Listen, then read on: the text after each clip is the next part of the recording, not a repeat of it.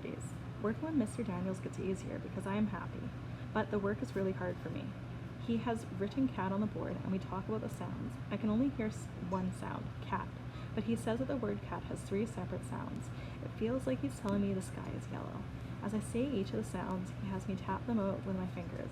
It does seem to help. It forces me to make them separately, even though they are all one word.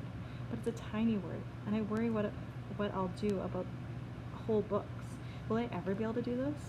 When we are all done for the day, he leans back in his chair like Travis would. So, you are doing great, Allie. You really are.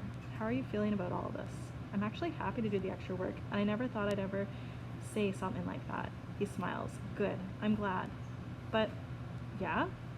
I guess I still wonder if I'll ever be able to read the same as the other kids. Be normal and not have to have all this extra help. It seems impossible. He becomes serious. Then he takes out a piece of plain paper and pulls the cap off the marker with his teeth. He begins to write, impossible. Do you know what that says? Remember to break it into chunks. This is a long one though, isn't it?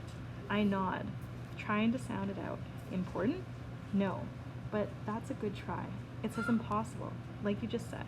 You told me you think it seems impossible to read as well as everyone else. Yeah, I say, wondering why he has to write it down for me. It's not like I need a reminder. Then he draws a red line between the M and the P and hands it to me. Impossible. I want you to rip the paper into two pieces, right where the line is. I do. So now, Allie, that big piece of paper in your hand says possible. There is no impossible anymore, okay? I swallow and look down at it, and I feel a little dizzy.